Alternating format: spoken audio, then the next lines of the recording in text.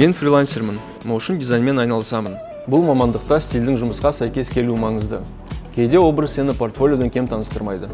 Тапсырыс берушілермен кездесу әрдайым алғаш алған әсерден басталады. Егер заманға сай әрі сенімді болып көрінсең, сенің идеяларына құлақ асады және жоба туралы ғана емес, оның құны туралы да келісу айтарлықтай оңай болады. Бірнеше жылдан бері Каспирет плюсты қолданып келемін.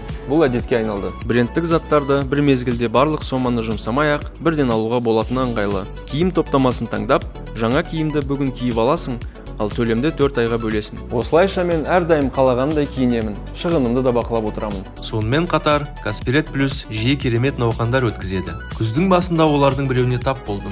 Каспирет плюс арқылы төлеу үшін 10% бонус беріледі екен. Маған күздік кроссовка, күртеше және джинсы керек еді.